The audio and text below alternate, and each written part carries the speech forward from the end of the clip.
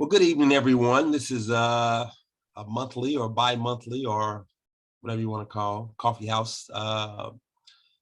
Today's topic is a reflection on the election, and just to kind of decompress and talk about what we think about the election, how it relates to our work, and things like that. Greg is going to say a couple of brief words once we get started. I'm Mark Young. I'm just going to go ahead and do what I'm supposed to do, which Ryan keeps me on point as far as the Alliance for Just Money community guidelines. So Just Money reform is the unifying narrative that crosses all boundaries. Every group and every sector in society is affected by the money system. The Alliance for Just Money is a gathering place to develop our understanding and to promote possible changes necessary for a more equitable system. When individuals from different backgrounds and identities come together to work for a common purpose, it's useful to make explicit community standards that reflect our shared values. Here are the community guidelines for all Alliance for Just Money activities, including committee work, group IO discussions, coffeehouse forums, and other Alliance for Just Money events and social media posts. Guideline 1, respect differences, be open to diverse perspectives and identities, strive to understand the experience and viewpoints of others, take responsibility for the intent and impact of your words, avoid personal attacks, harassment, and microaggressions, which are the opposite of respecting differences. Guideline number 2, recognize social and power dynamics. Think consciously of your social positions, allowing us to work across our gender, age, education, class, race, sexuality, political, language, religion, and other identities in ways that are supportive. Notice whose voices and perspectives are present and those that are absent. Guideline number 3, be open to discomfort and learning. Acknowledge your values and visions, but be ready to have them challenged. Assume good intentions in others. Exercise respect and compassion in challenging others' ideas. Agreeing to disagree is perfectly fine and encouraged. 4A, speak thoughtfully. Be clear and concise, avoid acronyms, and clarify technical jargon. Be okay with silence. You don't have to fill every single moment with talking. Share the talking time. Notice if anyone, including yourself, is dominating and gently redirect the conversation. Guideline 4B, writing thoughtfully, social media, website, and groups IO. Be clear and concise, avoid acronyms, and clarifying technical jargon. And this is the same, it's just on the social media site. So guideline 5A, listen attentively. Challenge yourself to listen more than you speak. Actively listen to understand before you respond. Be okay with silence.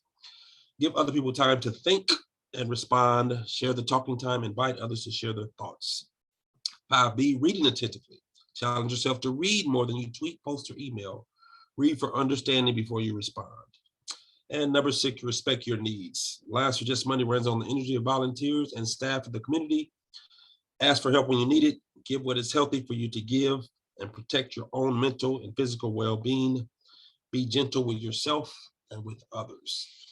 And with that, I'm going to let Greg give us a couple of opening words before we jump into it. Greg, go ahead, my friend. Well, thank you, Mark. Appreciate those important introductory words, and the point you made in your remarks of looking this evening at the takeaways from the election through the lens, if you will, of the work we do. I mean, we could, deconstruct what happened last week from a variety of different perspectives that could take multiple hours and go down lots of different roads. But I think the key is trying to figure out and discern some of what transpired and how that may help us or how that may challenge us. And so I have very brief 5 different takeaways, at least from my perspective, looking through the AFJM lens. But part of it also, is a little bit related to the work I do, Move to Amend, trying to abolish corporate constitutional rights and money speech. Some of it overlaps, some of it's different.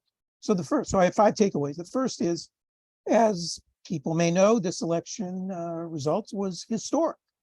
But I don't want to focus on the way that many people have characterized it in terms of, and go down that perspective of, the governing party didn't do as badly as parties do in midterm elections. That's gotten a lot of play. It's historic in terms of the god-awful amount of money that was spent in the elections from all comers on all sides. At the federal level, somewhere in the order of $9.3 billion. When you add in state and local, it goes up to estimated over $16 billion. The final numbers aren't in, that's sort of estimated. That's an unbelievably large number of resources that some people characterize as donations or contributions, but another way to look at it are investments. And by that, we mean, well, what kind of payback are those investors who are giving money to candidates expecting in return? And that is going to be challenging to us who's trying to democratize money creation when you have elected officials, the winners, who have been recipients of the lack of democratization of money recipients. Although, a lot of those resources do come in small contributions, a whole heck of a lot come in very large chunks from very few individuals and very few entities. So that's one takeaway that makes it somewhat challenging. Countering that, though, number two is organized money. If you're going to bring about change, if you don't have organized money, you sure as heck better have organized people. And toward that end, there were a couple of organized constituencies that turned out big time. Women and young people. Women concerning the Dobbs decision, terrified of the ramifications of that and making sure that candidates who, were uttering that, had to account for it. Who basically, as I would characterize, one way to look at it is concerned about issuing or control of their own bodies. The other group constituency, young people, very concerned about the lack of control of their own future, whether it's being shot while walking to or an economic future where there's incredible ongoing debt, wages, declining, although unionization is increasing, and a livable world. Well, I think we can play into that because what we're trying to do is have greater control over money creation, the democratization. So figuring out where that, if you will, sweet spot is over that overarching or undergirding theme of having a greater control over whether it's one's body, whether its own livable future, whether its own ability to create money and use it in ways that promote justice in all its forms is something maybe we can find some commonality with those very important constituencies. Takeaway is, the issues that were of importance, somewhat related to the second, why women and young people were of such great importance were issues certainly of inflation. A lot of the exit polls asked people what were of interest to them. That was one of the top issues.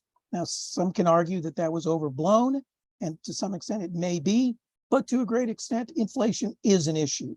As we know, when you just create money and it's not, commensurate, an increase in sort of goods and services, going to have inflation and just sort of creating money being used for productive purposes. So the exacerbation, inflation sort of is one piece of the exacerbation of the economic challenges or crises that we're dealing with, as well as ecological crises that are manifesting. And the third, I would say, that's related to that crises is kind of an ethics crisis, that of our priorities. What is our priorities? And those three E's, economics, ecology, and ethics, just happens to be the title of this book. Economics, Ecology, and Ethics, written by this guy named Herman Daly. And if you don't know who he is, he's a guy who developed sort of the economic sort of system well ahead of his time, ahead of the curve, called steady state economics. And very sadly, I bring this up because just a couple weeks ago, he passed away. Very saddened, but what an incredible guy. And what a great, I think, recognition of the need to integrate or find sort of the linkages between those three E's. And I think, what we do and what we say definitely has connections and definitely has a place.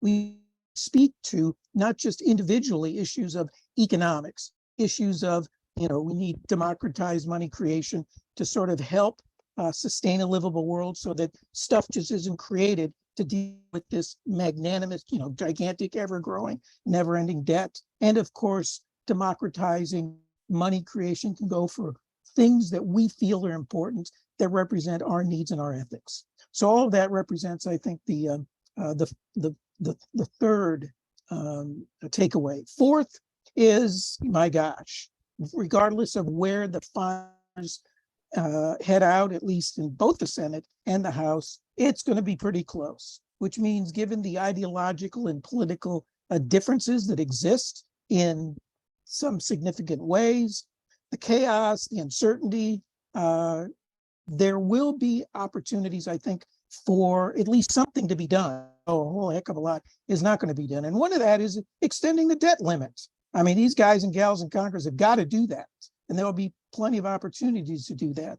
And of course, issues that will come up regarding that is, what are we going to have to cut to, extend the debt limit? We shouldn't extend the debt limit. Let's try to balance the budget. So let's cut Social Security, Medicare, Medicaid, all kinds of programs. We represent a different way. Instead of raising taxes or instead of cutting stuff, we can deal with the needs that exist in our society by creating money for uses. So there is a way that we can appeal, if you will, to both kinds of camps that can possibly bring people together and ideologies together and look at, if you will, a third way. And that brings me to the fifth takeaway, which is, yes, this chaos, this uncertainty, but to go along with that, the flip side of that, the dangers, if you will, are the opportunities. And by opportunities, I mean the ends and the means. We offer an end, a solution.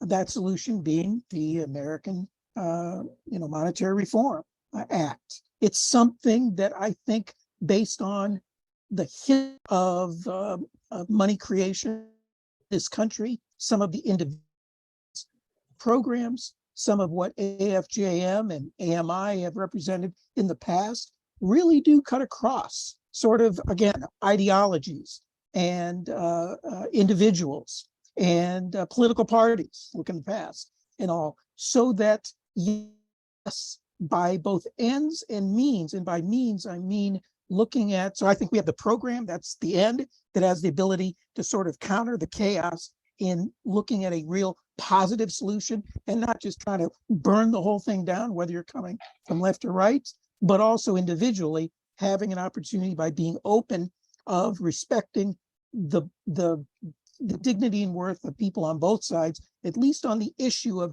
how we can try to solve some of the economic, some of the ecological, and some of the ethics problems that exist before us. So let's take full advantage of that pass. Thanks, Ray. That's great. Great insights. And that's also my hope too, is that out of this conversation, we may learn a little bit more about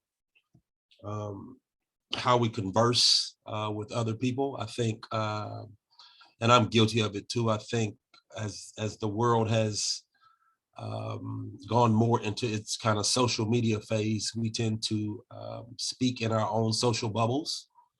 And so we have a very difficult time of kind of crossing that line and understanding where the other side is coming from. And not saying that the other side always has a good argument, but trying to understand where they're coming from, I think is very, very important, and allows you to better give insight and also demonstrate to them how what we promote can actually benefit them as well as us. So with that, I'm not going to do a lot of talking. I kind of want to just start going around. I see Howard's hand up. First thing I'm going to do, though, is I'm going to take a quick round robin. And I just want to see people tell me the top 3 issues that you voted on. Top 3 issues you voted on. Whatever subject matter, whatever it is, the top 3 things that you yourself voted on. Howard, since your hand is up, you go first. Well, That was an unexpected question, but the first one is just to show up and just to see what's going on. Second one, see what's going on there at the election office, and then challenging. Well, not really challenging, but just in the process, kind of getting a consensus among the people who were there that this was bullshit. That's the issue you voted on? Yeah. Okay. You know, I mean, because to me, the vote is meaningless because we don't control who gets to run. We don't control who gets to be elected. It costs way too much money for most people to even be involved at all. And so, you know, I just show up to make sure that they know I'm participating, although I had a very interesting experience there because I had changed my registration first thing when I got here to Madison from Perry County. And then I changed my license a little while later. And so when I went to vote, and of course, this was a year ago, I went to vote. They said I wasn't registered. And then they said, you're registered in Perry County. I said, no, I'm not registered in Perry County anymore. I've got a up-to-date registration card right here with the date of issue on it and everything, you know, handed it to them. They said, well, you're right. And so the lady in the office says, oh yeah, he's registered. He's all right. And then she turns around, she comes back and she says, wait a minute. And she says, oh, well, Courtney says he's still registered in Perry County, so he'll have to do a provisional ballot. Courtney? Who the heck is Courtney? I want to go down to the election office and say, I'd like to speak to Courtney. But anyway, I haven't done that yet. But the provisional ballot thing, and I don't know if anybody's ever had to do that, but you fill out a bunch of forms and you give them all your information. You give a lot of information to them people for that. And then you put it in this ballot box. And then you're told that you'll get a letter telling you whether or not your vote's accepted. Understood. I take it you don't like provisional ballots. That's what I want to take. I don't like our entire system. Gotcha. Okay. We'll expand on that a little bit later, but let's jump around to a few more people. Steve, what do you got? What issues did you vote on? Assuming you voted. If you didn't vote, that's fine too. It's up to you. Oh, I mean, democracy is one of the big ones, obviously, because in Ohio, they talk about the, well, I mean, we had problems with the maps for the gerrymandering and like the, like claims about the independent state legislature theory and stuff like that. That's obviously a big one. Healthcare is important. There's, you know, a number of issues. And of course, just like crazy amounts of money in politics. Gotcha. Great. How about Mr. John Howell?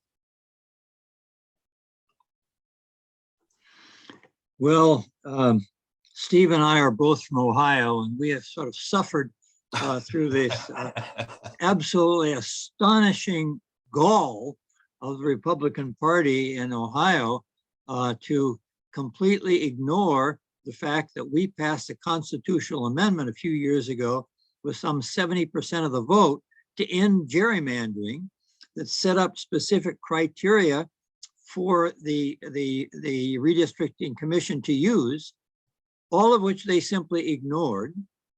And we went 3 times to the Supreme Court of Ohio, and each time the Supreme Court said, those districts are not consistent with the law. They're no good. You've got to go redo them. And each time they went back and redid it, but it was they submitted essentially the same thing again. They did this 3 times, and at the end of that, there was a federal case. In the federal case, court said, well, you just got to go with this because we can't intervene at this point. So as Steve said, my issue was democracy at stake here. And I admire the people in the elections office. They did a good job in terms of the election. But my goodness, I kind of wished I was still up in Michigan instead of being in Ohio after the election came out this way. Okay, anyway, that's my take. All right, thank you. How about Ryan on the West Coast? What did you vote on? What issues were important to you? Well, surprisingly, in Oregon, our constitution still had slavery and involuntary servitude as a form of punishment. So I felt like that was really important to vote on, which it was a close race. So yeah, there's a lot of work to be done here. And our local government is a mess. And so that was an important issue to vote on. And it was approved to expand our local government from 4 city council persons to 12, which will be really good for this area. And then, yeah, just keeping the control that we have, because Oregon is a safe state in terms of abortions, but that can be changed at the flip of a coin. So, yeah, Okay. all that good stuff. Okay, thank you. How about Mr. John Russell?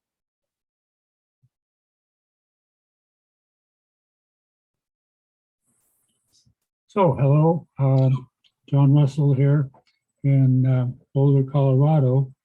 So much has happened, and I keep looking at news that I can't really remember exactly what I voted on, except as always, I vote as a social anarchist. I voted for a very different world than we are experiencing. We had here a candidate, Junie Joseph, whom I've supported for a long time. She's been a member of City Council and was elected to the State House of Representatives here in Colorado. And if I can briefly mention another topic that I think is relevant, the new governor-elect of Massachusetts, Mara Healy, I had never heard of before, and she is absolutely wonderful. My hope is that in a few years, her detailed agenda that I read will not only be satisfied, dealing especially with global warming, with housing, and with transportation, that it will make such a huge difference in the current situation in Massachusetts that people will in other communities in the United States and elsewhere copy what she's doing. I'm that pleased. I'm hoping that all members of the squad made it, and I guess that pretty much covers where I'm at. Okay, thanks, John. What's the governor's name in Massachusetts? Maura Healy. She's the governor. It's the first time she's the governor-elect of Massachusetts, and much of what she wants to do, she's been involved with to the extent she could as Attorney General in Massachusetts. Okay. Maura Healy. And by the way, in my native Los Angeles, she died a few years ago, Dorothy Healy, who had for a while been a member of the Communist Party until she learned that it wasn't as great as she thought it was. And I've been wondering whether the two of them are are closer than distantly related with the last name, same last name. All right, thank you, sir. How about we go to a fellow Hoosier, Nick? What did you think about the elections? Can you hear me okay? Yep, we hear you. Okay. I think I'm having some sound issues here. I feel Howard's pain with the level of democracy in the country, and the biggest issue I voted on was for democracy. Doesn't mean that the Democrats have everything right. In fact, I think they have a lot of things wrong, but at least we're allowed to keep the low level of democracy that we currently have without losing everything. So I stood on a street corner for 15 years in a row protesting our level of democracy and our wars and whatever that have resulted from that. But sometimes, I was just afraid we'd lose everything. So anyway, that was my biggest issue. All right, thanks, sir. How about Sue? Can you hear me, Sue? There you go. What's happening? There you go. Oh, okay. Thanks. I voted for two reasons. I live in New York City. I have people I know fairly well who started the Health Freedom Party in New York. So I had the chance to vote in my state assembly. One of the people was on the ballot, so I voted for Bob, and they're standing for the right to choose when it comes to vaccinations. And the other thing that motivated me was in New York State, we have this governor who had tried to put through a law for mandatory quarantine camps. Talk about lack of democracy in this country. And I voted against her. It's really scary she won. Let me tell you. Yeah. Okay, thank you, Sue. How about Adrian Reyna? What issues made you vote? Can you hear me, Adrian? Yes, no, maybe so. Hi. Yeah, I didn't vote Okay.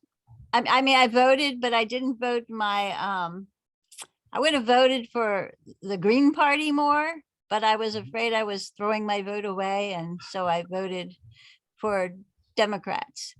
Okay. So there was a really good person in the Green Party I would have liked to see, but anyway, so yeah. But yeah, climate change is very much on my mind, and environmental issues. Okay. Gotcha. That's all. All right, thank you. How about Jan?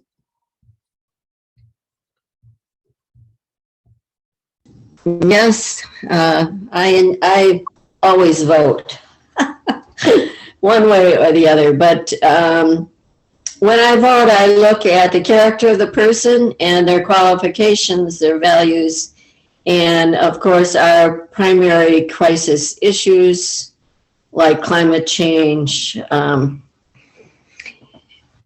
many others there in that category. But here in Wisconsin, starting out, there was a problem in that the Democratic primary had 7+ folks running.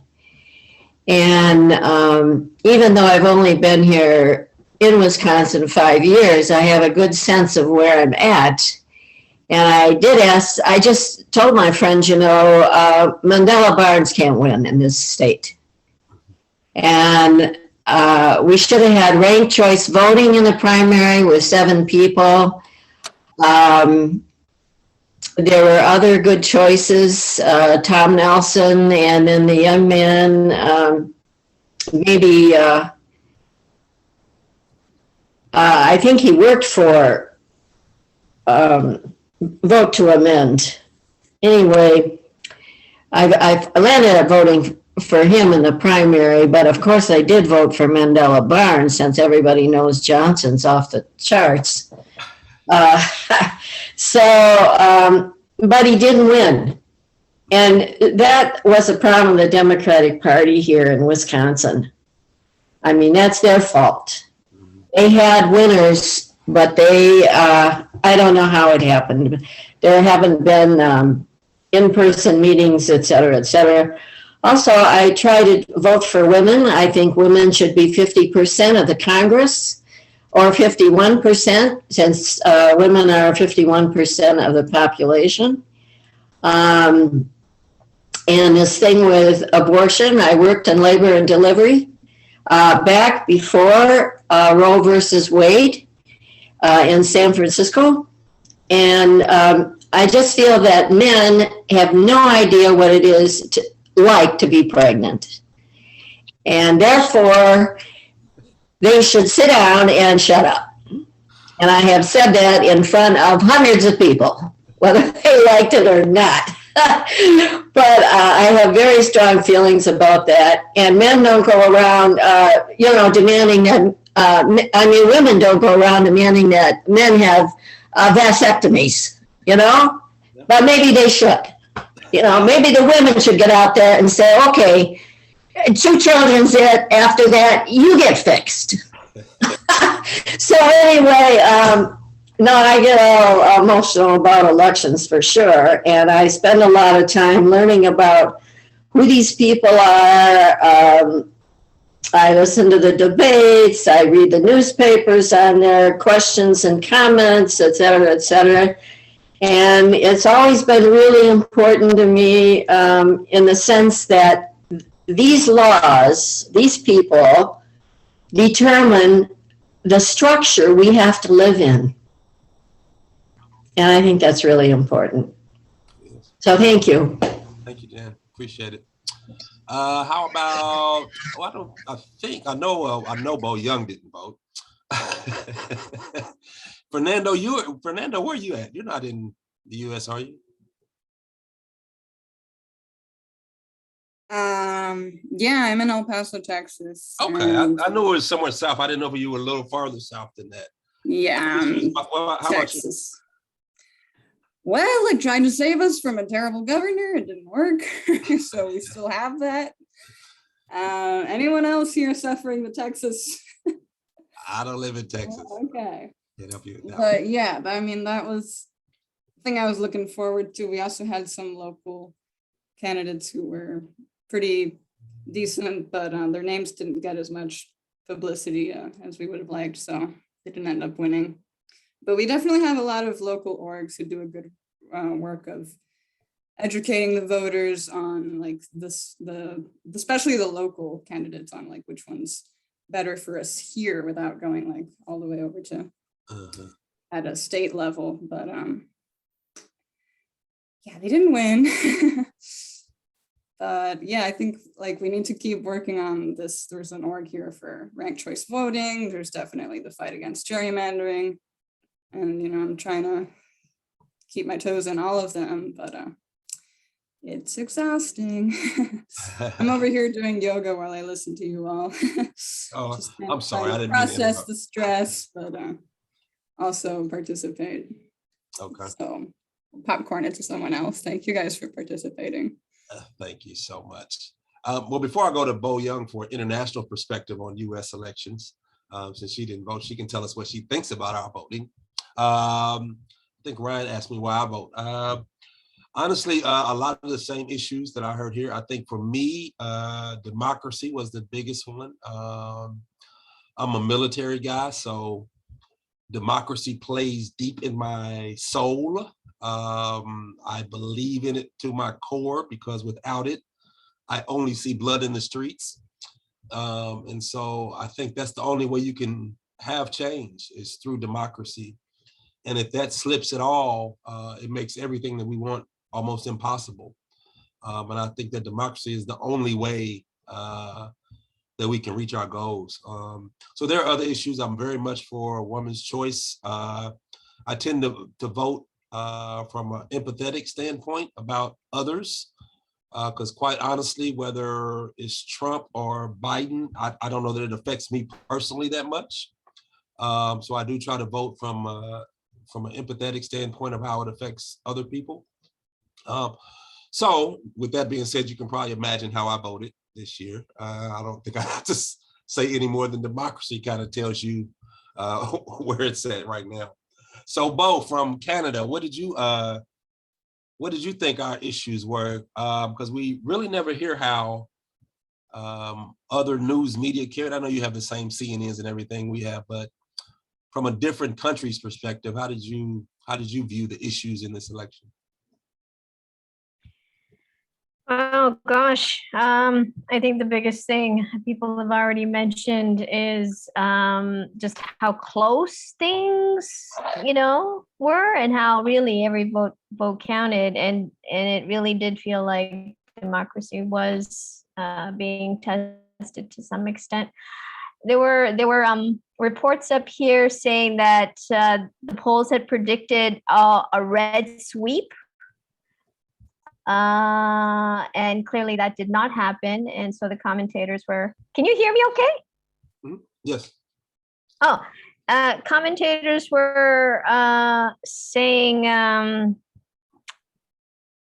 that, yeah, it really shed a very poor light on Trump in all these ways, that things were exaggerated and falsified in their favor, and it didn't turn out in that way. So even though Biden may have lost control of Congress, in many ways, it wasn't a red sweep. So in some ways, he's got every reason to feel good. So it's an interesting watch. It's yeah. Thanks, Bo, for the international correspondence desk. That's very, very helpful. So I don't have a particular format. I did want to just ask some questions and just kind of see who has something to say about it. I'm more interested in people's thoughts. When we talk about democracy and women's issues and some of the other issues that were brought up, and then we think about how I'm going to classify it as the other side, or people who voted opposite of how you did. I think Sue said she voted for the Republican governor of New York, so you may be a good person to answer this question. Is it that we think that the people who are voting for the other side do not value democracy, do not value a woman's choice, do not value some of the issues that we talk about? Or do we think that, and this is my personal opinion, that and I'm not gonna say what my personal opinion is, because I don't want to load the question. So I'm gonna just kind of let it flow out and hear what people think first before I say what I think. Why do we think that is? Why do we really think that, like Bo Young just said, it's almost a 50-50 country? Do we really think that half the country doesn't like democracy? Do we really think that half the country is not interested in the environment? Or have these issues been framed in such a way that it kind of leads us down that path? I'll give just a quick point. when I worked for state government, I worked for Mitch Daniels. And before that, I worked for a guy by the name of Steve Goldsmith. He was mayor in Indianapolis. And I was raised in a Democratic household. My mother was very Democratic. She taught me to hate Reagan, to hate Bush, to love Clinton. Just as that, so that's how I was. They're crazy, blah, blah, blah, blah. But when I went and worked for Steve Goldsmith first, I realized that he didn't necessarily, he wasn't an evil person. He had a different way of trying to get to the same end. It was just a different pathway. And I came to understand that. Now I can't fast forward to today and say that the Republicans I see are the same as him, because they're not. So I'm not drawing that equivalency. But my point is that have things become so mucked up that it's difficult to even know people's intentions anymore with fake news and everything else going on? How much of what we see is not, I don't want to say not real, but is almost manufactured to a certain degree? Any comments? Anyone? I have hands up. I don't know if, go ahead, Howard, your hand was up. I didn't know if that was the old hand up, but go ahead. Yeah, I wanted to go back to that point about the Democrats and Republicans being close together in terms of numbers, but far apart on the issues. And today, and it's made me start thinking about the difference between politics, organizing a political party and organizing a movement. And today I watched a interview with Whitney Webb, an author who wrote this book. It's just an expose of all the connections that Epstein had in his thing, and went out into this whole network of power, and she got way out into this deep investigative reporting. Anyway, she was on the Glenn Beck podcast, and so her and Glenn Beck had a conversation. And one of the things that he said near the end of the conversation was, he said this was one of the most important conversations that he'd had, and that he felt like her politics, of course, is way over here and his politics are way over there. And he said it didn't even matter because this issue was so important. And the issue was about power. The issue is about who rules. It's about the money at the top that dictates the financial dictatorship that just dictates public policy everywhere, and drives wars, et cetera, et cetera. And so that was the place where they came together, and it made me think, yeah, that's the difference. You organize a political party, you're taking just this one section here, but a movement, that's everybody. That's everybody against the top, against the few. It's the many against the few, and that's democracy. Democracy is ruled by the many, not the few. Thanks, Howard. Appreciate it. Nick, did you want to comment? Your hand was up. You're on mute, though. Yeah. Right. And, the democracy thing is tough. I mentioned before that we have such a low level of democracy in the country. We have two corporate political parties that have monopoly status. So it's either one or the other. I would much rather vote for a Green Party candidate. And in doing so, I would basically throw my vote away. Now, ranked choice voting is absolutely the only solution I see to that, because that allows the other parties, the other opinions to percolate up. The other thing that's absolutely necessary, Howard brought it up just now, is we have to get the money under control. And I haven't studied this. I've heard some people say this basically, but we're the only country that finances our elections the way that we do. The other countries, there is no election advertising or anything. And why do we have it here? Every media outlet should be forced to carry the different candidates' positions on things. You know, in a newspaper, they should have a page in the paper once a week or whatever it is, where you've got your positions, and they should all be side by side. And if you don't want to put anything down, you don't have to put anything down. But the tremendous negativity, and then you're fighting to try to save on to what you feel like is a little bit of democracy. So we're forced to decide whether we're going to contribute to this whole parade of crap, basically, as far as the campaign. But we do, and I contributed to, you know, to some of it. So this is a horrible system. And when Howard says the movement, that's right. And our movement has to start with, I think, the basics. The ranked choice voting is probably as good a place to start as any, which would allow that Green Party in, I believe it's Tennessee, to percolate up, and everybody could vote for the Greens, and then they could vote for whoever else they want to second place, and their vote wouldn't be wasted. So Go to John Russell. Hi. So with respect to ranked choice voting, I'm very much for that. There's another option, which is proportional representation, such that one can vote for more than one person, and this gives minorities, such as, for example, the Greens, an opportunity to have somebody in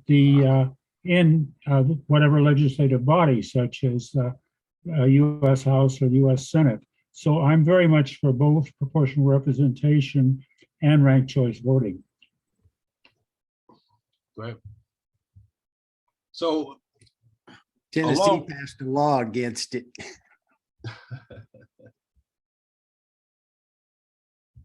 So anyone else? I still want to know about the, I guess not necessarily from 100,000 square feet, but I guess I'm curious to how people feel about how the political divide affects people on the ground.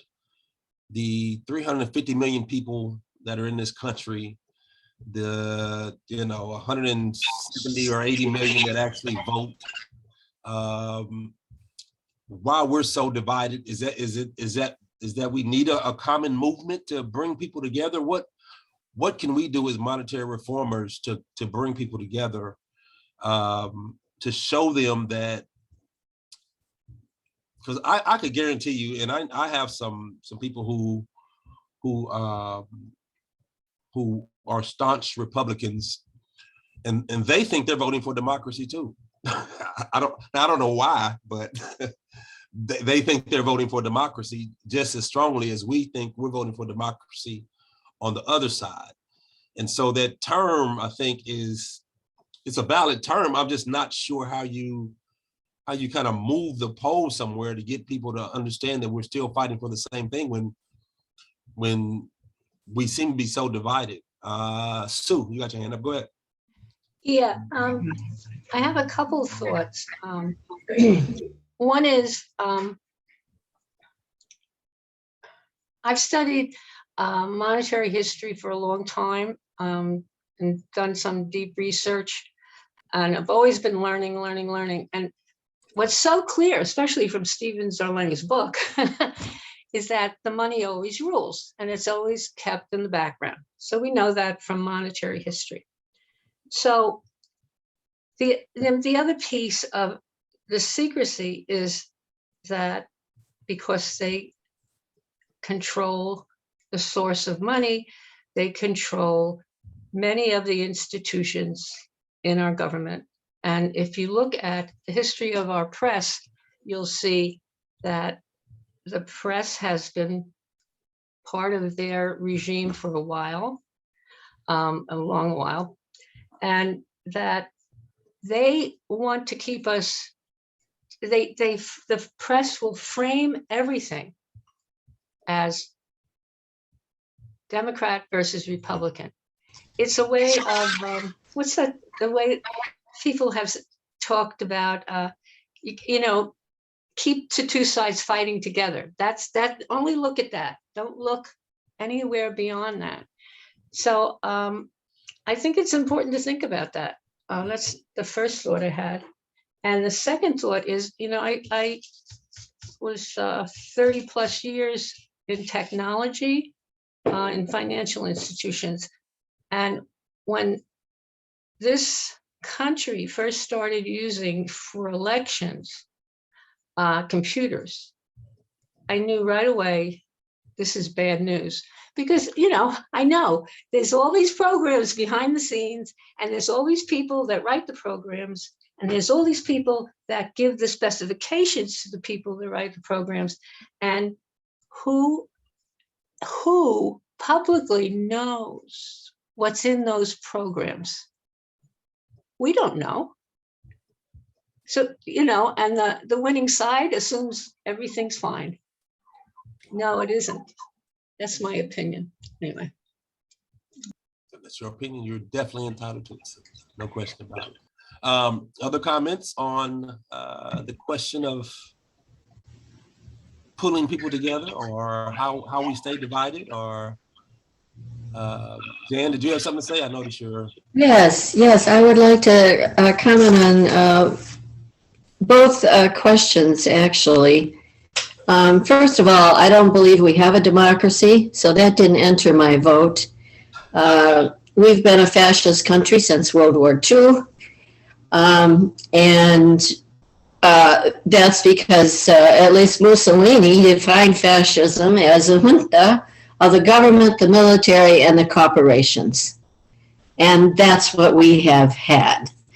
And he said he should have called it corporatism. So, yes, I would like to live in a democracy, but I don't fool myself that I'm in one or ever have been in my entire existence. But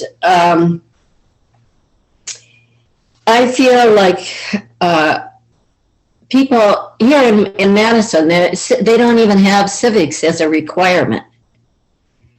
When I was growing up, we had civics every year, and it got kind of boring. But at least we knew to pay attention. I think it's education. I mean, I have voted for Republicans in the past because there were some decent Republicans, but we know who's for corporate control. I'm not for corporate control. Manchin, in 2021, the first quarter, he received $3.6 million. That means in 4 months. And of course, his largest donor was fossil fuels. This is not democracy.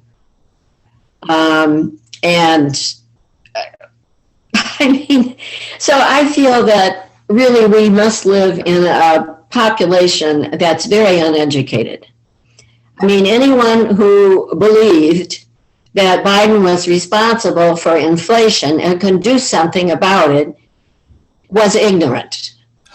I mean, did they really think that he caused inflation all over planet Earth? I mean, and that, he was God and could poof it out. I mean, it just gets ridiculous what these people talk about and believe. And so there's a problem here in the United States of America with education. And even the fact, this drives me crazy, that we call laws American laws. What, are they for the whole continent? Yes, we're Americans, but so are the Canadians. So are everybody on this, our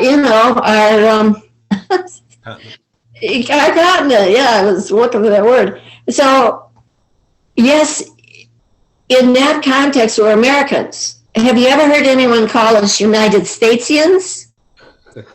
We are United Statesians, and then Canadians, and there's Mexicans. There's just, this is a type of, it's just, it's hubris. Whatever, I would like us to be more planted on Mother Earth, more educated, more understanding of what's really going on, and you have to work at it. Citizens have to work at it.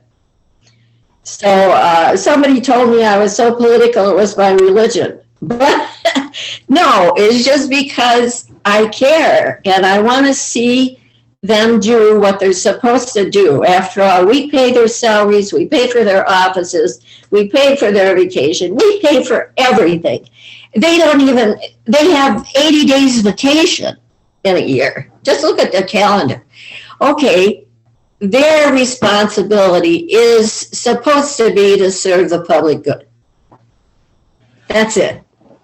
And we know they don't do it. They serve the corporations. So this country's in big trouble, as far as I'm concerned. Not yet. We're not done yet. We'll try to get. Thank you. Thanks, Jan. John Howell.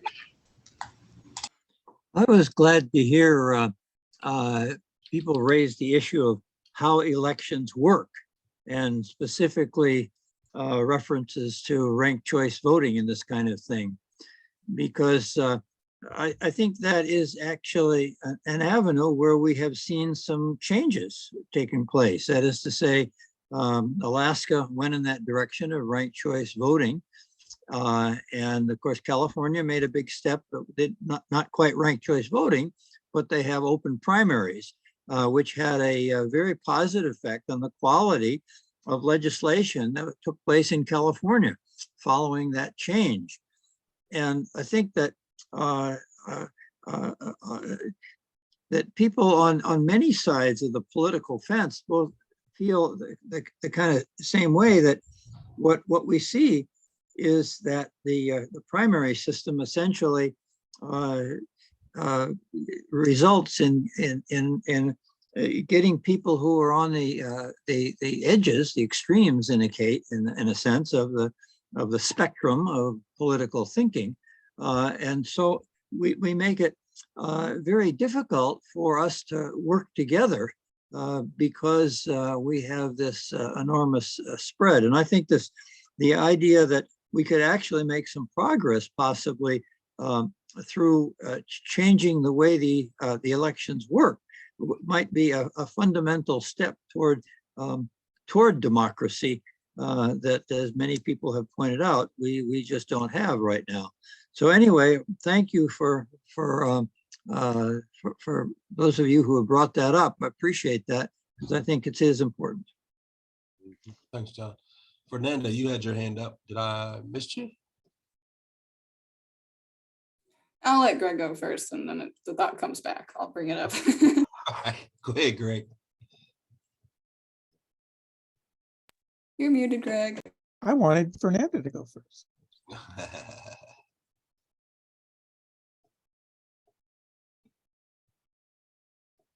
Keep waiting on you, Fernanda. Seriously? Okay. I don't know. I was like really in agreement that our education is broken. And I spent the day with second graders, and I don't know if it's going to get any better, because we just have them recite the Pledge of Allegiance, and then they don't enjoy school. And they're not going to learn how to be participatory humans if they all say that they don't like doing anything, and they're just going to get a resentment for everything. And I'm just like at a loss about how to fix it. And also I shared in the chat I thought it was a really good video. It's an analysis by John Oliver about how much the right is really being spoon-fed the narrative to disagree with how voting works, and how much they really believe it and eat it up. And I'm trying to phrase this in a non-biased way, but it's very hard because like, I don't know where they forget how to count. Like, I'm teaching children how to count. Like, I don't know how they forget that in their older age when they get to vote. But okay, if you're not the majority, you can't just lie to yourself and tell yourself that you are the majority and say that every machine is like rigged, and it's just unbelievable. So watch that, and then we'll come back to the discussion, like, is it really possible to dock? Let me ask you a question, Fernanda. Do you think that the left is spoon-fed anything about the right that's not quite true? Well, and if I can resort to statistics, I can say that the left is more highly educated and is Is that a no?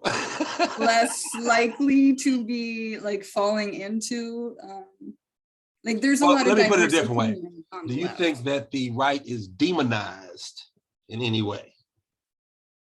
Demonized in an unfair way, and that like we shouldn't be doing it, like we shouldn't be talking about them as, like, obviously they're still human, they're doing their best they can, and we need For to instance, still like I may keep- see I watch a lot of news, and I will often hear, I will call them reporters, but they're not really reporters. Mhm. But they may be left-leaning reporters, and they will say Republicans are evil. So it's the same type of a language that Republicans or Republican pundits use towards the left, that they're yeah, evil and I think we need they to hate avoid God all and they hate all moral this stuff. And words. I think my point was that it goes kind of back and forth. And when I think the thing that that I've noticed about it all is I live in Indianapolis, so I'm a Colts fan, right? And so if the Colts are playing the Patriots, I always want the Colts to win. I want the Patriots to win every game. I want the Patriots to lose every game, every season from here to eternity. There's nothing that you can tell me good about the Patriots. I think they're a horrible, horrible team. If you told me that the owner ate babies, I would probably be like, yes, I'm sure he does. So my point is that we get in these camps, and it's easy to believe your coach. And we should try not to, yeah. Yeah, and I so, agree with that. and to me, politics is so much like that. It's like people have these camps, and they just want to root for their camp, regardless of what they're saying, And so I notice it on both sides. Sometimes it's easy to step back and look at it, and it's not. And I'm not doing a false equivalency. Trust me, I'm not, because I get that that's not a good way to go either. But it's just more of an observation than anything. Great. Go ahead. Well, first to Fernanda, in maybe a bridge to those second graders who at the beginning of the day have to recite the Pledge of Allegiance. What are the last 4 words of the Pledge of Allegiance? Liberty and justice for all. I And kind of like just- let it. And float justice for, over. And justice Okay. for all, yeah. and justice, And not really for ask- some, but Mhm. for all. So I've always made it a point when I'm at a public recite the Declaration of Independence, most people mumble it and all. I scream it at the top of my lungs, the last 4 words, because it's a teachable moment. Everybody talks about of the Pledge of Allegiance, but one can, well, what does that mean? And what does justice mean? Let's define that. And for justice for whom? Is it for some? No, it's for all. And that's right in, what it is we're all supposed to recite, even second graders. So, I mean, I don't know, maybe use that as an opportunity. That's just kind of a side, Agree too. Thank you. side note. Jan speaks much of my mind in terms of the fact that we don't live in a democracy. We never have, not just since World War I or World War II, but from day one, we the people have never been all the people, never. People of color and others, people who were renters, didn't own property, had to, fight like hell to be recognized and to have laws, or in some cases, constitutional amendments put in which they've been responsible as movements to drive themselves into a document where they should have been if we were an authentic democracy or even a democratic republic from day one. So it's always been a challenge, but, elections, they are imperfect. They, sometimes it truly is rooting or voting for the lesser of 2 evils than it is the evil of 2 lessers almost. But there you have it. You do what you can within that realm, but you understand that realm is just one piece of what needs to be done. And it's one small piece. So again, culture tends to, including the corporate media, that quote unquote democracy begins, ends with elections. That's it. That's all we are ever supposed to do.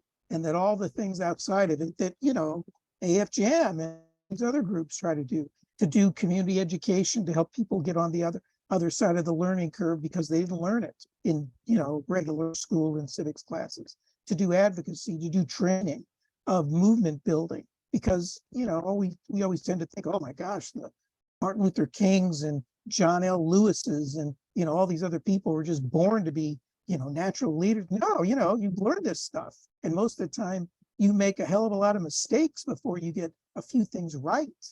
So, you know, you have to do training, and then you have to do organizing, and you have to build these sense of people. And so part of the problems is, you know, that you're dealing with these institutions, including these institutions that have just been exquisite at dividing people that we call political parties, that if somehow beyond the political parties, right and left, right? And as some people said, the real difference isn't between right and left, it's between up and down.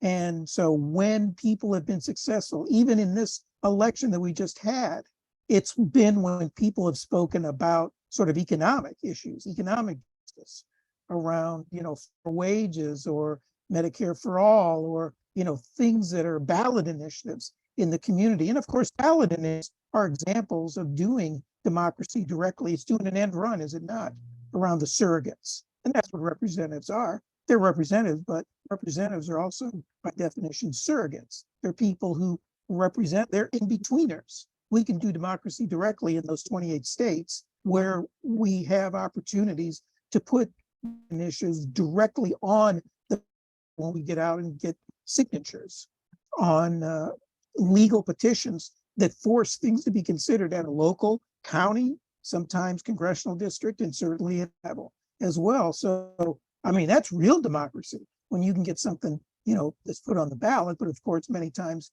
when you get things put on the ballot, it can be preempted, or dare I say trumped, by state legislatures or things when you go to court, which is of course what corporations do.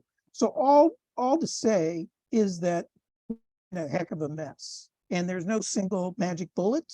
There's a lot of to happen that's legal, that's regular, that's constitutional. And I've heard a lot of people say that, you know, there's all these things out there of different changes that need to be made. And there's been recent discussions around, you know, these fundamental changes that are needed, not just, you know, to have better elected officials or better laws or better regulations, but better even constitutional amendments, that we may not get anything until we get everything. That we're not going to get, because all these things are so interconnected. You know, is economic, you know, can we expect to really get sort of economic justice before we get fundamental changes that preserve the earth, that, you know, forces items to be kept in the ground and not burned?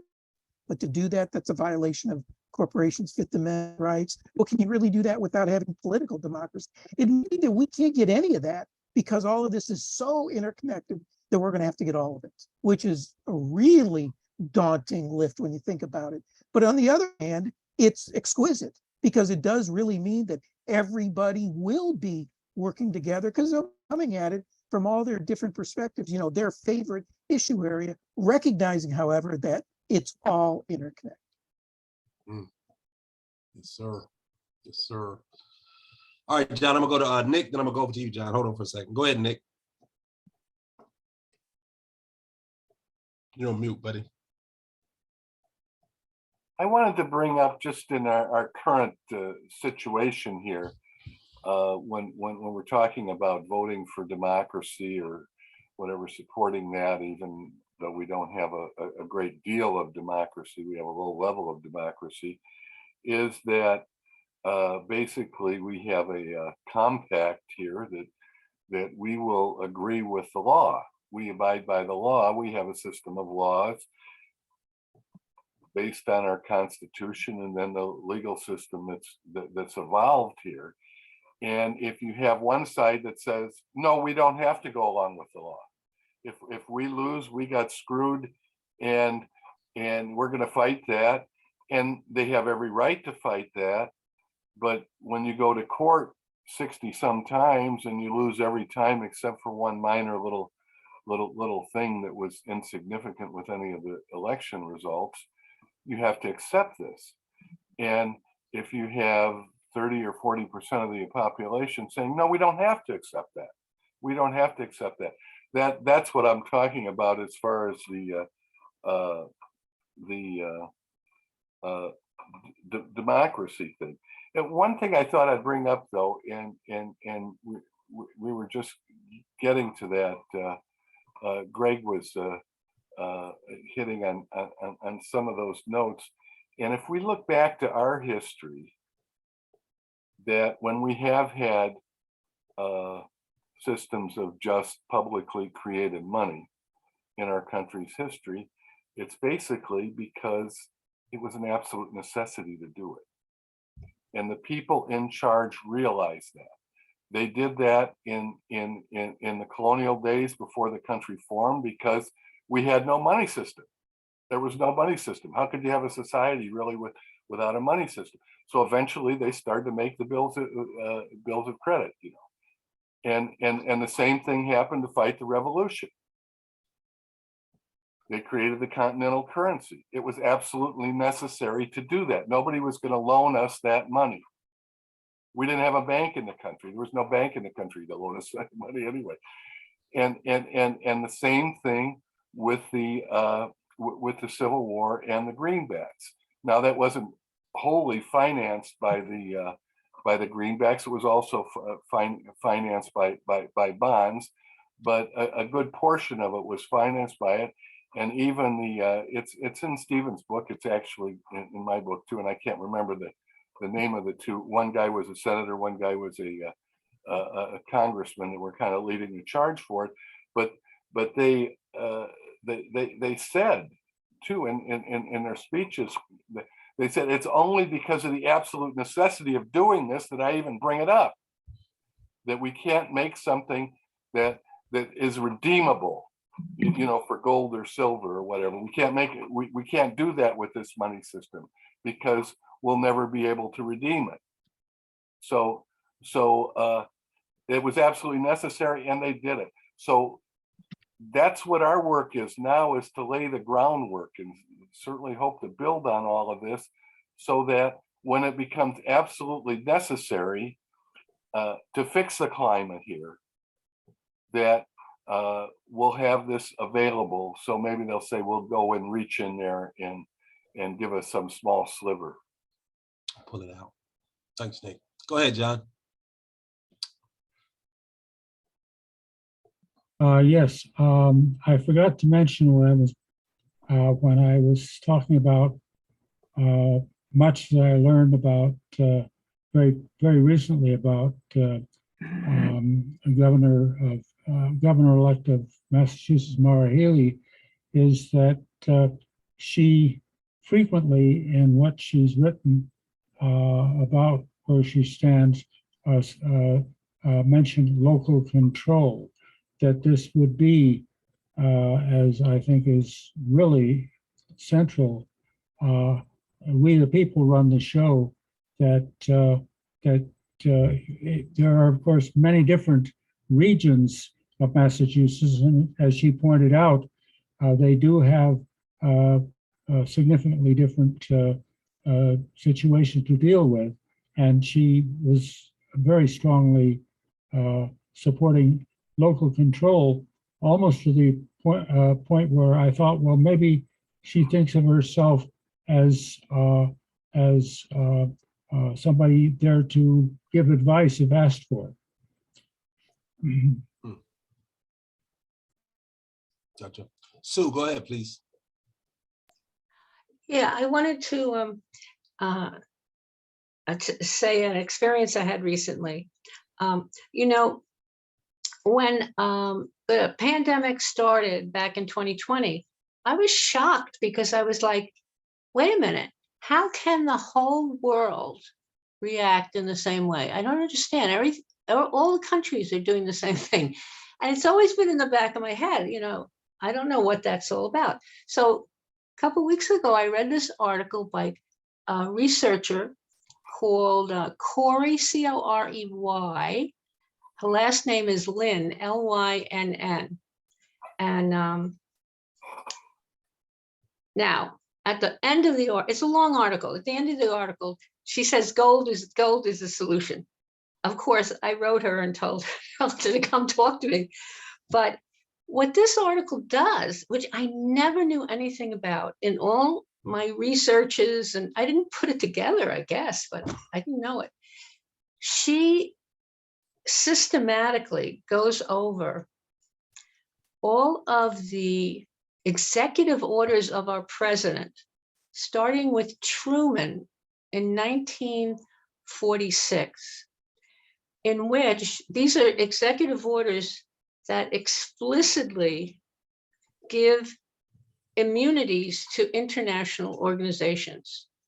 And there's an act that was passed. I never learned about it in all my education and reading all my life.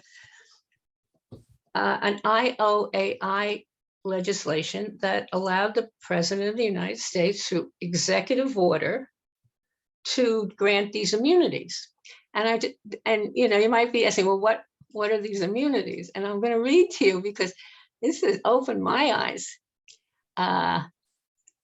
The IOAI.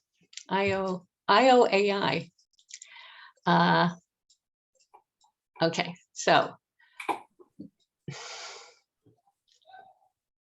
Oh boy, I had it here. Hold on a second, because it's really important to understand what has been going on for more than half a century. The IOIA states that, quote, international organizations shall enjoy the same immunity from suit and every form of judicial process as is enjoyed by foreign governments. So in other words, they can't be prosecuted. It's like, wait a minute, what's going on? And Truman started it with 20 specific executive orders granting different international organizations this kind of immunity. And I thought, wow, I never knew about this. And every president up, to the most recent ones have done it, have issued specifically executive orders through this IOAI bill from 1940 something, giving these immunities to all these organizations around the world. And I read this and I thought, oh my God, that's why when March of 2020 came, all these communities reacted the same exact. I could never understand that. And I'm saying this because, the financial system is a worldwide system of central banks. And they're behind all of this. They just pulled the wool. They pulled the wool over my eyes. I didn't even know any of this stuff that was going on with immunities from lawsuit and executive orders. So I just wanted to tell people, the article is under her name and it's called The Control Network, laundering money with total immunity. And it explained, Catherine Fitz she's been talking for years about the $15 million that's disappeared from our federal government. And I kept thinking, well, she never shows any transactions because, I'm a computer person, financial. So everything is the database and the transactions. And this explains why there's no transactions to see, because all of these international organizations have immunity from anyone going to look into their books. And I thought, oh, Jesus, it was an eye opener for me. Can you put the link in the chat so we can connect some dots as you've connected dots? I haven't. That seems like a lot to absorb right now. But thanks for the info. But yeah, put it in the put it in the link or something so we can check it out. I Go ahead, will. Greg. Thanks. I mean, it has a lot to do with when we talk about democracy. Thank you. Go ahead, Greg. Well, I forgot to respond to a query that you raised, Mark, in asking, these people who are on opposite sides, particularly people who we may think have less intelligence, particularly around elections and election fairness. What's that all about? And, some of it is ideological. Some of it, though, is just lack of information. The ideological part is having to do with this, psychologically, there's been stuff written over the last years about this thing of cultism. And I truly believe that part of the, some of those individuals, millions of people, what percentage of those who actually voted for Trump were part of a quote unquote cult that goes beyond party, goes beyond ideology to the persona, to the individual. And if you remember, Trump, I think very accurately said that if I went, middle of Broadway and shot somebody, people would still follow me. And that's true, I think, absolutely true. That is cultish. So that is part of it, where people don't think for themselves, but just believe what they're told. I mean, we all do a certain extent, right? What is that called? Where you just believe what it is that's already part of your pre-notion. We're all victims of that to a certain extent. But my God, this is taken to an extreme. That's part of it. But part of it around elections is knowing, and this is part of the civics. Board of elections as institutions in our society are, I would argue, well, maybe second to the Bennett, the most inefficient and sort of, on one hand, wasteful institutions and structures anywhere. And they're designed that way because they're designed to mirror image. If you have a Democrat who's assigned to answer the telephone, you have that has that same job description. If you have a Democrat who's assigned to collecting quarterly financial reports from local city council people, you have to have a Republican who has that very same job description.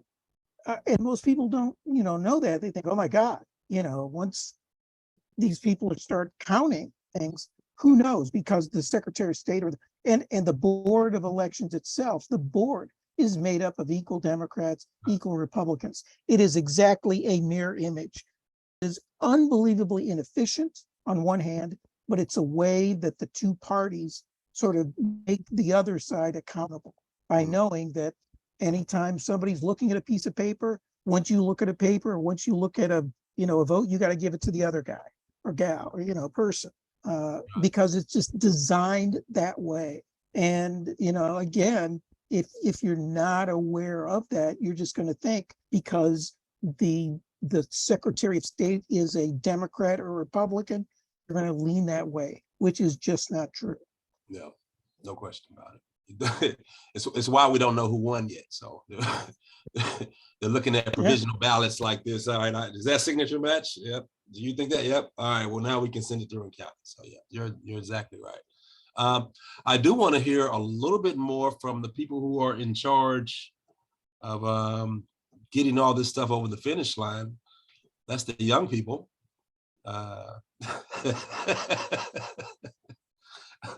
I wish I could be more optimistic and say that I will be here to see change. I don't know that that'll be the case. But how do the young people feel? Steve, Fernanda, Ryan, how do you feel about the trajectory of the democratic process? And I say democratic process loosely because the only reason I call it democratic, I think, is because it's not total mob rule. So in that sense, it's still democratic, even though I take Jan and everybody else's point to heart that it's not what we want it to be. So either one of you young guys, Steve, Ryan, Fernanda, what do you think we need to do?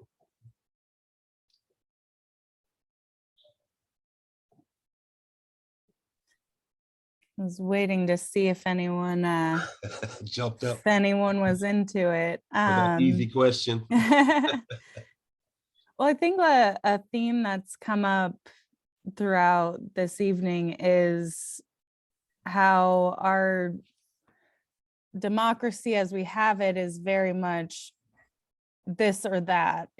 We have a two-party system. And for me, like, I think we need to take that down and expand the parties that we have, so it's not so extreme to one side or the other.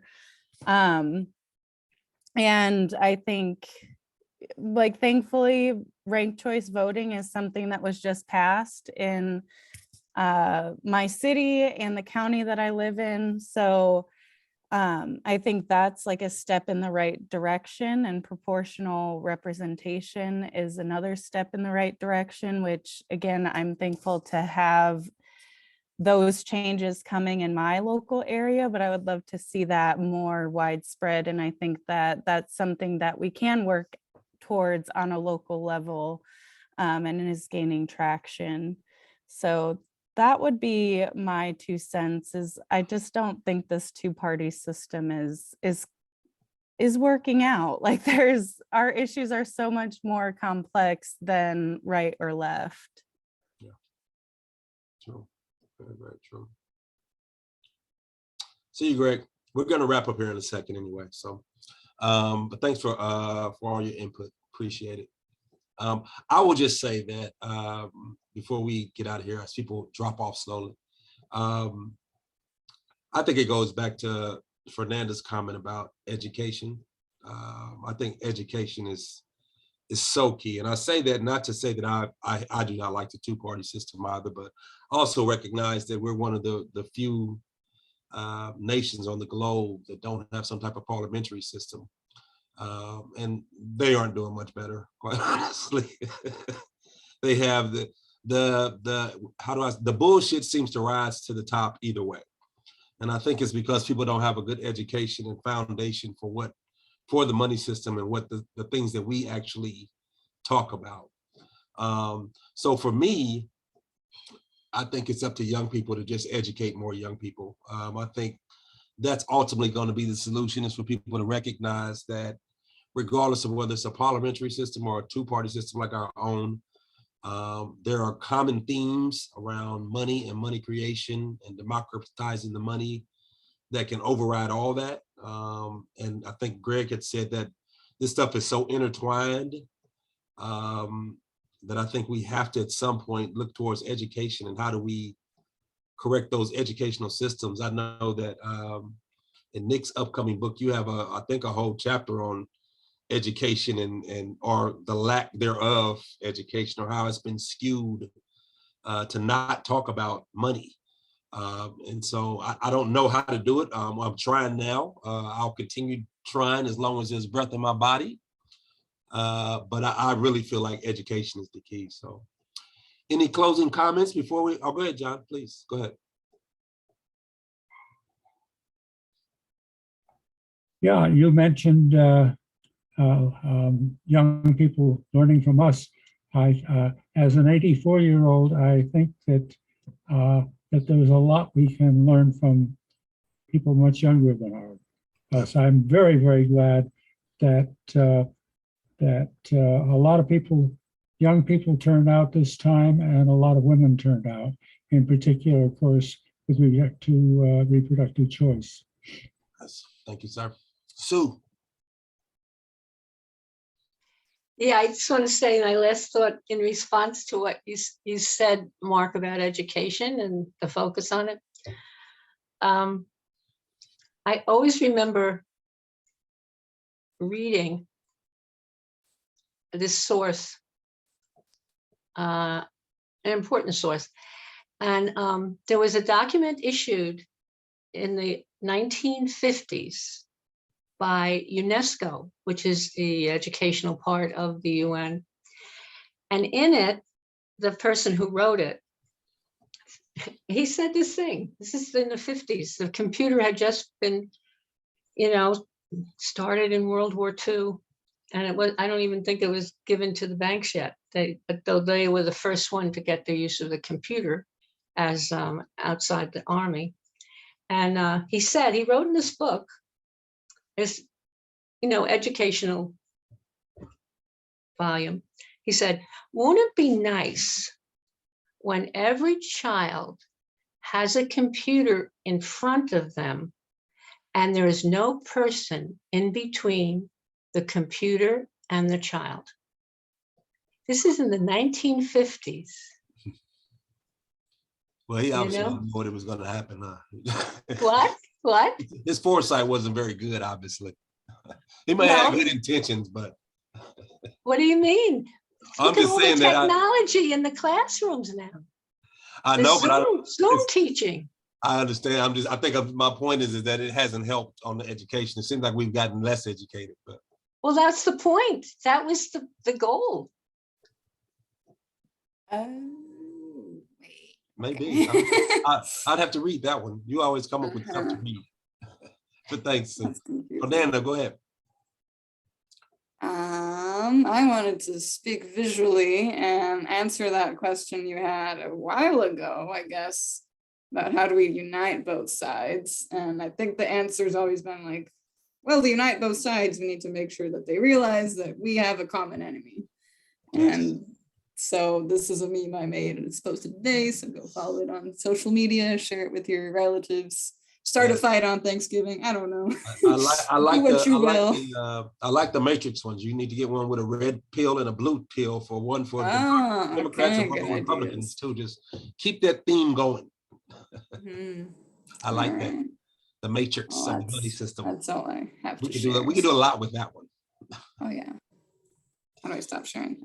Where'd the button go? Here we go. Okay. Thanks. Any last thoughts, Steve? You were the last youngster to not comment.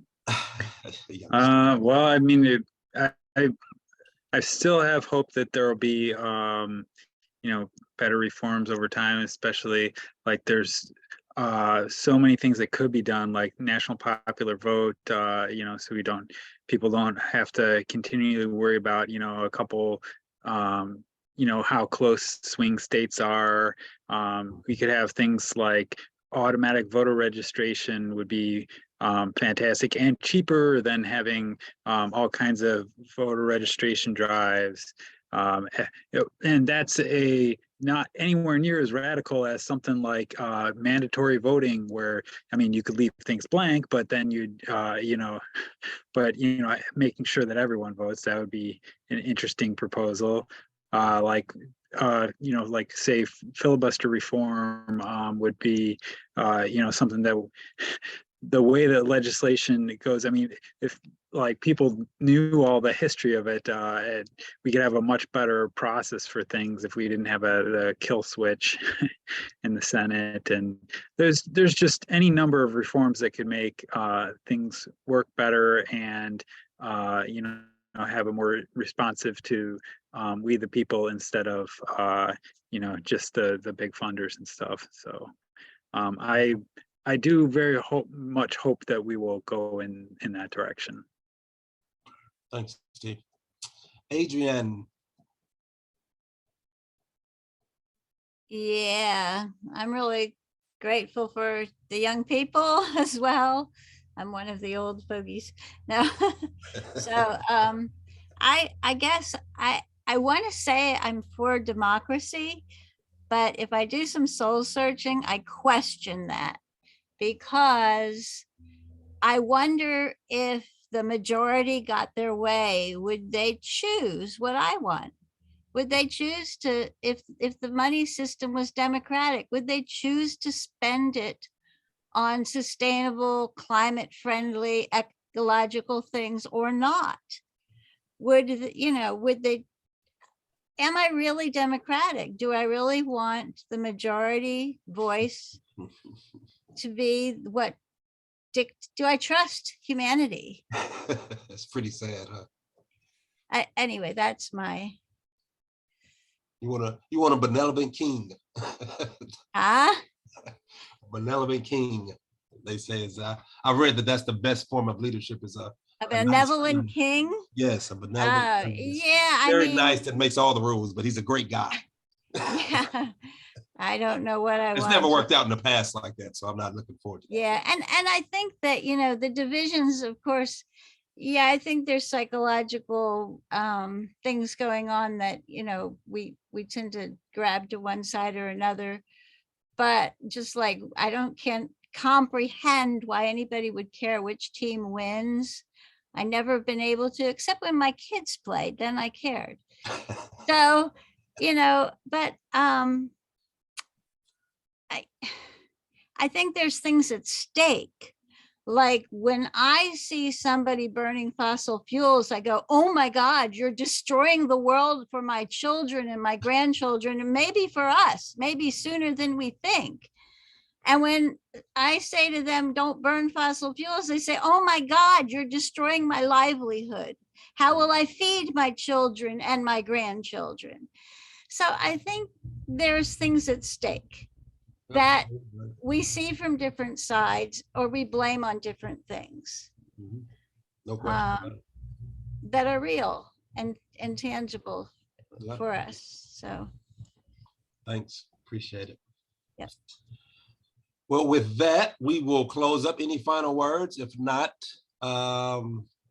thanks everyone for attending. If you have not, I missed saying this earlier, but anybody who wants to get a IMMR International Movement for Monetary Reform t-shirts are on sale. I think Ryan sent it out in the newsletter. We will be closing down this current run on November 20th, and they'll make those orders and we'll do it again. But it's a fundraising effort for the international movement. And I think that's all. So thanks everybody for attending. Have a good week. If we don't see you again, have a good Thanksgiving if you celebrate Thanksgiving, and talk to you guys soon.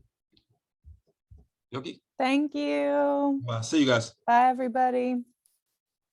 Great job, Mark. Thank you. Bye-bye.